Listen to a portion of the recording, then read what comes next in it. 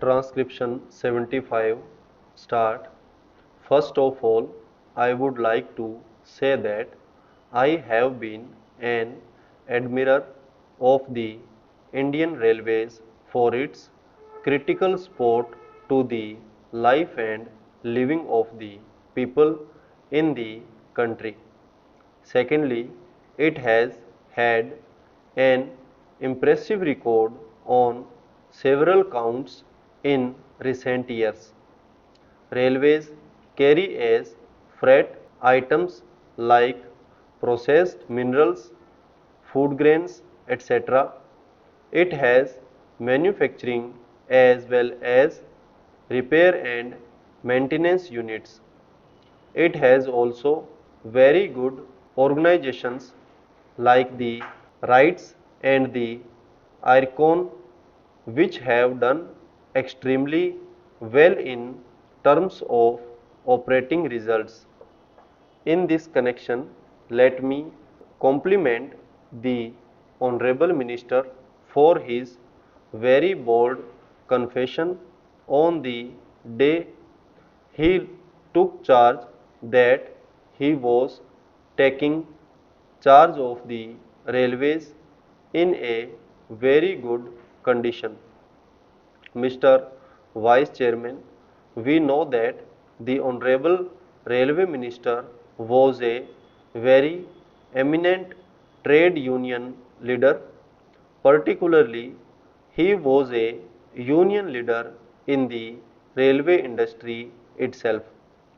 Perhaps this switch over to the other side of the fence, though agonizing, is a challenge to him, and I am sure he is getting the feel of the challenge and measuring up to it.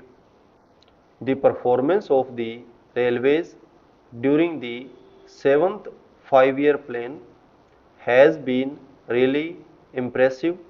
It has generated rupees 527 crores of surplus, reduced the deferred dividend, and it has reduced its dependence on the general budget. It is of the order of only 41% now. It has also successfully resorted to the instruments of internal resource generation and external resource mobilization from the market. Modernization of workshops, renewal of tracks and coaches, as well as rolling stock have been high on the agenda, and most of these have been met with a general degree of satisfaction.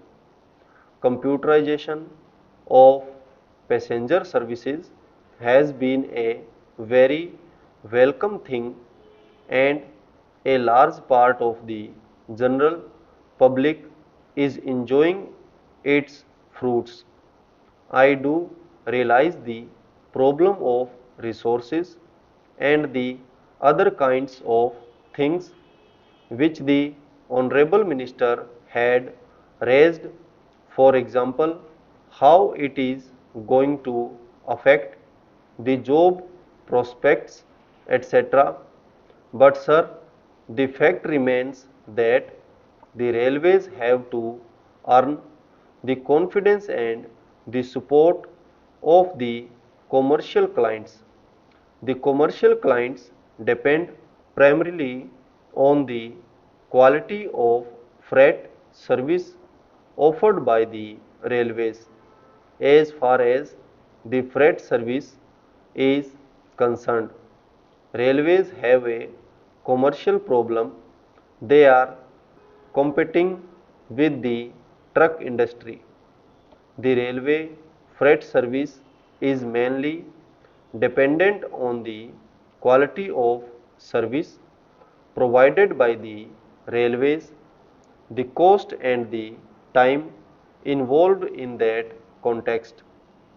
Of course, we realize that the truck industry is energy deficient and it is very costly. But in the final analysis, it is the consumer who has to bear the cost. The business and industry could care less whether the goods are carried by a cheaper mode of transport like the railways or a costlier mode, namely by trucks. However, in this, the economy as a whole gets hurt, particularly the railways are likely to lose in terms of the freight traffic offered. I see a reference made in the Honorable Minister's statement in regard to the thrust in the next plan. We realize that it would require more resources and more than that, much more efficient management and support from the entire group of railway employees at all levels. It is important that railway employees should be enthusiastic and involved, and one does not get their involvement by simply exhorting them, wishing them to do a better job, but through suitable instruments of management. Certainly, railways require much more capable leadership at all levels. We have a very dynamic railway minister.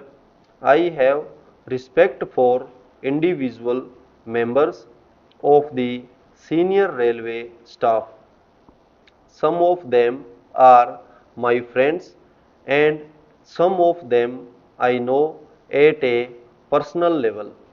But in a competitive world, you have not only to do a good job but continue to do it all the more in an improved way.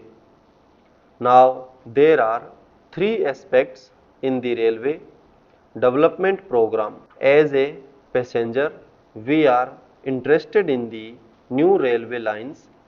Not only that, we are also interested to see that the railways promote the infrastructure to support development potential growth for the depressed areas.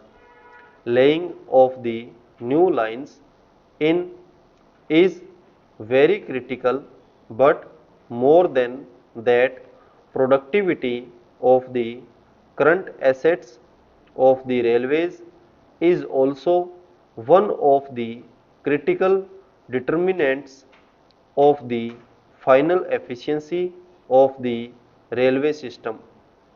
Now, with regard to the new railway lines, I would like particularly to refer to the eastern region. Historically, railway lines were laid in the coal belt and some other areas primarily to provide links and support to the extractive industry. We wanted all minerals from the pitheads to be carried to the points where they were used, particularly for the new industrial centers.